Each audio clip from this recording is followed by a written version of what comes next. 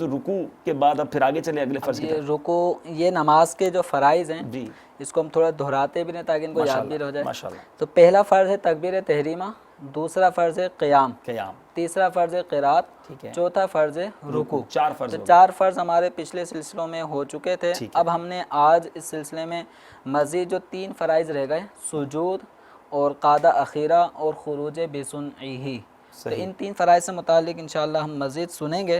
تو اب جو 5واں فرض ہے ہمارا نماز کا وہ ہے سجود۔ ٹھیک ہے، سجود کا معنی ہے سجدہ کرنا، ٹھیک ہے، اور نبی کریم صلی اللہ تعالیٰ علیہ وآلہ وسلم کا فرمان عالی شان ہے کہ مجھے حکم ہوا کہ 7 ہڈیوں پہ سجدہ کروں۔ تو یہ 7 ہڈیاں کون سی ہیں؟ تو نبی کریم صلی اللہ تعالیٰ علیہ وسلم نے اس کا مزید یہ بیان فرمایا کہ منہ کے اندر یہ جو پیشانی کی ہڈی اور یہ ناک کی ہڈی، یہ ایک ہڈی شمار ہوتی ہے۔ صحیح، تو ایک ہڈی یہ ہے، اور دونوں ہاتھ، دونوں گھٹنے ٹھیک ہے، اور دونوں پنجے، تو یہ 7 ہڈیاں ہیں جن کو ایک نمازی نماز میں زمین پہ رکھتا ہے۔ تو ان 7 ہڈیوں پہ سجدہ کرنے کا حکم ہوا۔ تو ہر رکعت میں 2 مرتبہ سجدہ کرنا یہ فرض ہے۔ اب سجدے میں کس چیز کا لگنا ضروری ہے؟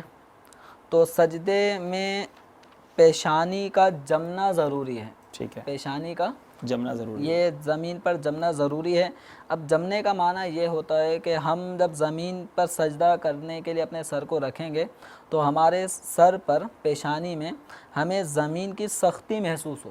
ٹھیک ہے، سختی محسوس ہونے کا معنی ہے کہ اب اگر ہم مزید دبانا چاہیں تو اب نہ دبے، تو یہ ہے زمین کی سختی محسوس کرنا۔ اور اگر کسی نے صرف اپنی پیشانی کو ہلکے سے رکھ دیا، یا کسی ایسی چیز پہ نماز پڑھ رہا ہے جس میں فوم ہے یا کارپیٹ، بعض اوقات ہماری مساجد میں اس طرح کے بچھائے جاتے ہیں کہ ان کے نیچے بھی فوم ہوتا ہے، جی جی، اب اس کے اندر اگر ہم ہاتھ ہی رکھتے ہیں تو تھوڑا وہ پریس کرنے سے دبتا ہے۔ ٹھیک ہے، تو ایسے اب سجدہ کریں گے تو اس میں بھی پریس کرنے سے مزید وہ دبنے کی کنڈیشن میں ہوتا ہے۔ ٹھیک ہے، اب اگر کسی نمازی نے ایسے کارپیٹ جس کے نیچے فوم بھی بچھا ہوا ہے اور اس نے اپنی پیشانی رکھ دی لیکن اس نے دبایا نہیں، اگر وہ دبائے یا اپنے سر کو تھوڑا سا بوجھ دے تو مزید دب سکتا ہے، اور اگر اس نے نہیں دبایا تو پیشانی نہیں جمی، اور پیشانی نہیں جمے گی تو سجدہ نہیں ہوگا۔ تو اس صورت میں ضروری ہے کہ جب ہم ایسی چیز پہ نماز پڑھیں کہ جس میں دبنے کا عمل ہو سکتا ہے تو ہمیں مزید جتنا ہم دبا سکتے ہیں اتنا کہ اب نہ دبے۔ اگر اس کنڈیشن میں اگر ہم نے نہیں دبایا تو سجدہ نہیں ہوگا۔ تو بہتر یہ ہے کہ نماز پڑھنے والا بلا حائل کوئی چیز بچھائے بغیر زمین پر سجدہ کرے، زیادہ سے زیادہ اگر کوئی کپڑا یا جائے نماز یا کوئی دری یا کارپیٹ ایسا ہے جس کے نیچے فوم نہ ہو، تو ان سب چیزوں کا اہتمام کر کے تو پھر اسے نماز پڑھنی چاہیے۔ اللہ اللہ، تو کتنی ساری چیزیں سیکھنے کو ملی بھائی۔ 7 ہڈیوں پر سجدہ ہوگا، اور ابھی تو صرف پیشانی کی بات ہوئی، ابھی ہم نے باقی ہڈیوں کے بارے میں پوچھنا ہے، ہاتھ کیسے رکھنے ہیں، انگلیاں کیسے رکھنی ہیں، لیکن سوچئے اس پیشانی کو اس طرح دبانا ہے کہ زمین کی سختی محسوس ہو۔ بڑے موٹے موٹے کارپیٹ، خوبصورت جانماز ہم لیتے ہیں، لیکن کیا واقعی اپنی پیشانی کو ہم اتنا دباتے ہیں؟ اور یہ بات بھی پتہ چلی کہ بلا حائل سجدہ کریں، یہ بہتر ہے حضور؟ یہ بلا حائل سجدہ کرنا یہ مستحب ہے، افضل یہی ہے ماشاءاللہ، یعنی کوئی چیز نہ ہو، آپ صاف ستھرے فرش پر آپ براہ راست اس کو سجدہ کریں تو انشاءاللہ وہ زیادہ بہتر بھی ہے، مستحب بھی پتہ چلا، اور آپ کو یہ جو پرابلم ہے کہ زمین کی سختی محسوس ہو یہ بھی محسوس ہو جائے گی۔ یہاں اگر حضور کو مشورہ دیں گے، آپ مسجد کمیٹی والے بھی ہو سکتا ہے سن رہے ہوں، گھر میں بھی لوگ نماز کے لیے جانماز خریدتے ہیں، یا بڑا مہنگا سا، ان کی محبت ہوتی ہوگی نماز سے کہ ذرا اچھا سا جانماز ہو، بڑا کارپیٹڈ ہو، تو بہت سافٹ، بہت نرم اور بہت زیادہ اس میں وہ قالین ہوتا ہے، تو کیا کرنا چاہیے وہ مسجد کمیٹی والے؟ کیا بہت نرم قالین لیں یا سجدے کے لیے وہ تھوڑا سا سخت ہونا چاہیے؟